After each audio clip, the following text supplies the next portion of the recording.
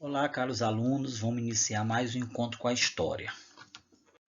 Então, saímos do tema 1, vamos agora iniciar nosso tema 2, falando sobre um pouco da conquista e o início da colonização, né? Como os portugueses começaram a desbravar a grande imensa território chamado hoje Brasil. Então, a gente vai começar um pouco, né, falando sobre o valioso pau-brasil, né? Então, o pau-brasil, né, se o pau-brasil era suas primeiras excursões na América, os portugueses não encontraram ouro e nem pedras preciosas. No entanto, uma árvore nativa despertou seu interesse comercial, que era o pau-brasil, né, do qual se extraía uma tinta vermelha muito cobiçada na Europa, utilizada para tingir tecidos e pintar manuscritos, né? Alcançando até 30 metros de altura, as árvores de pau-brasil cresciam na Mata Atlântica, especialmente no litoral sul do atual estado da Bahia. Por sua madeira ser muito dura e resistente, foi também bastante utilizada em obras de construção civil e na fabricação de embarcações, né? A coroa portuguesa, né, logo estabeleceu o monopólio, né, real sobre a exploração do pau-brasil. Isso significou que para extrair e comercializar a madeira, os portugueses deveriam obter uma autorização régia e pagar tributos à coroa, né? Então, vimos primeira etapa a descoberta do pau-brasil, que acabei de falar.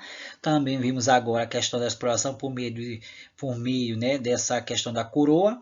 E agora a gente vai ver um pouco sobre a exploração do meio por escambo. O que significa isso? Na floresta, a madeira era explorada por meio de escambo, regime de troca de mercadoria ou serviços que não envolvia dinheiro, né? O trabalho era realizado por indígenas que cortava madeira e a carregava até os navios em troca de peças de tecido, contas coloridas, canivete, facas, espelho, entre outros utensílios, né, que era úteis, né, para eles, trazido pelos portugueses, já que ele não sabia a utilização e viu aquilo ali como grandes, né, mercadoria valiosa. Os indígenas faziam esse serviço forçado em troca esses pequenos objetos que os portugueses portavam, né? A partir daí, né, a exploração do pau-brasil foi tão intensa que devastou a espécie. Hoje, a árvore está restrita a poucas áreas da preservação do litoral de alguns estados brasileiros, né? A América Portuguesa ou Brasil, né? É bom saber um pouco mais sobre essa questão, né? O termo Brasil tem origem na árvore do pau-brasil, primeiro produto que despertou interesse comercial dos portugueses nas terras americanas. O Brasil do período colonial, porém, era muito diferente do atual. Não havia um sentimento de nacionalidade da questão dos moradores e o território bem realmente menor. Por isso, muitos historiadores questionam a questão da expressão Brasil colonial, porque para eles seria mais apropriado utilizar a expressão América Portuguesa, não Brasil colonial, até porque naquela época, como eu falei agora, né, o Brasil colonial, como mesmo alguns historiadores colocaram, é uma questão restrita, porque o território ainda era um território pequeno. Então, por isso, alguns historiadores questionam que deveria ser chamado mesmo América Portuguesa. Só depois que surgiu o nome Brasil e o Brasil teve sua unificação territorial, com uma grande, vasta território que hoje que foi realmente podia ser chamado Brasil. Mas até então, antes, teve esse questionamento, né, sobre a questão do termo utilizado naqueles primeiros passos do descobrimento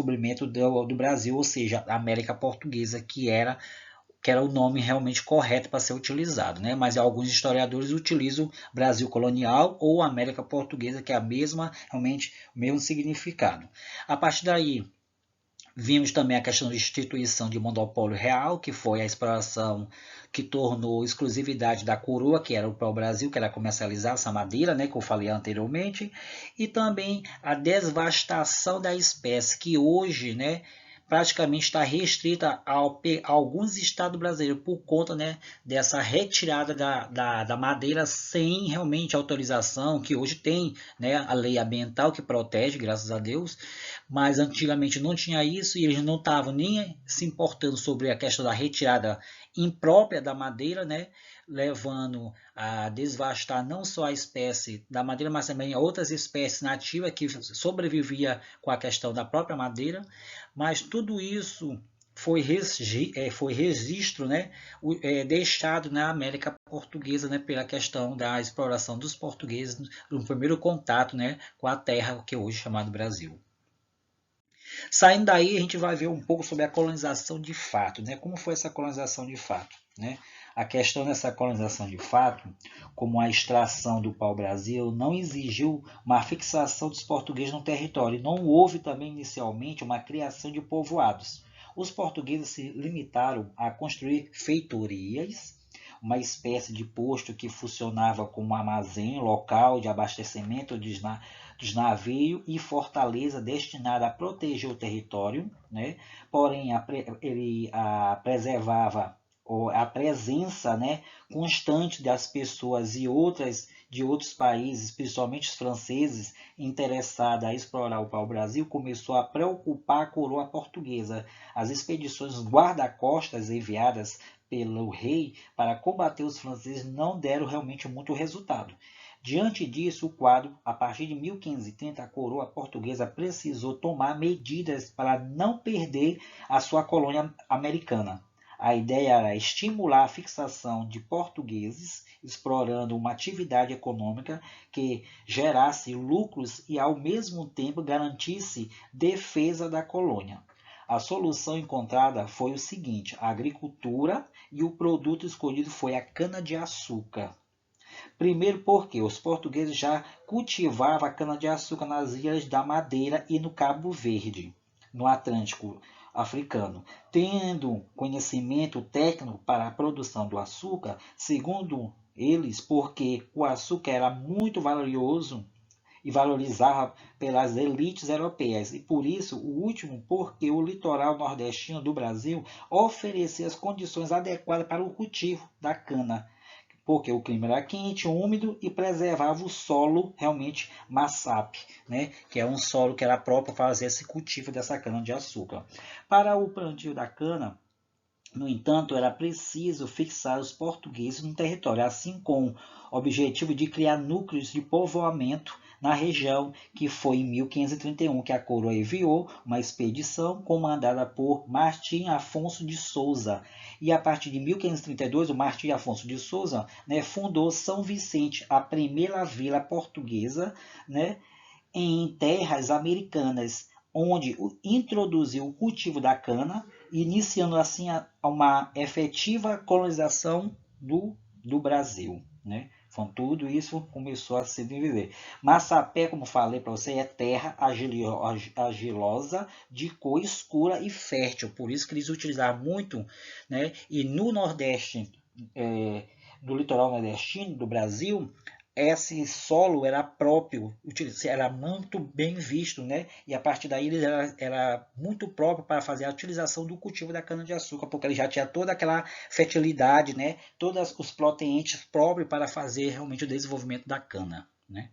A partir desse momento também, surgindo também a questão das capitanias hereditárias, né? Que foi a questão do governo geral. Primeiro, né, no início da colonização do governo português, não tinha recursos financeiros nem pessoal suficiente para assumir diretamente a colonização do Brasil. Por isso, transferiu a tarefa, né, a particulares por meio do sistema chamado capitanias hereditárias, modelo que já era adotado nas ilhas realmente do Atlântico. Assim, o território foi dividido em 15 faixas de terra, a partir do litoral até a linha imaginária do Tratado de Tordesilhas, que a partir daí as capitanias foram doadas pela coroa portuguesa a membros da pequena nobreza e militares de altas patentes que tinham recursos para assumir os custos da colonização dessas capitanias hereditárias, né, que foi doadas a eles. né? A partir dessas pessoas que recebiam essas terras, era chamada de capitães donatários. Por quê? Os capitães donatários podiam ser herdadas por seus filhos, mas não podiam ser vendidas, já que pertencia à coroa portuguesa esse bem. A Carta de Forral, essa Carta de Forral estabelecia o seguinte: estabeleceu os direitos e os deveres dos donatários. Veja o esquema a seguir. Primeiro, direitos e deveres dos donatários. Doar realmente sesmarias, que seriam as terras, nomear autoridades, né, arrecadar impostos, fundar, né, vilas e escravizar os indígenas. Outros, aplicar as leis, né, nas terras sob a sua jurisdição, né, jurisdição, e também defender militarmente o território de sua capitania. Tudo isso era direitos e deveres dos seus donatários. Então, os direitos e deveres do donatário estão estabelecidos nesses, né, requisitos que acabei de falar, certo? E esse sistema de capitanias, porém, fracassou na tarefa de estimular a colonização. Os altos custos do empreendimento e do isolamento das capitanias trouxe doenças tropicais e relações hostis com grupos indígenas, entre outras dificuldades que impediram que a maioria parte delas desenvolvesse. Somente duas prosperaram, que foi a de Pernambuco, chefiada por Duarte, né, Duarte Coelho, e São Vicente, do donatário Martim Afonso de Souza.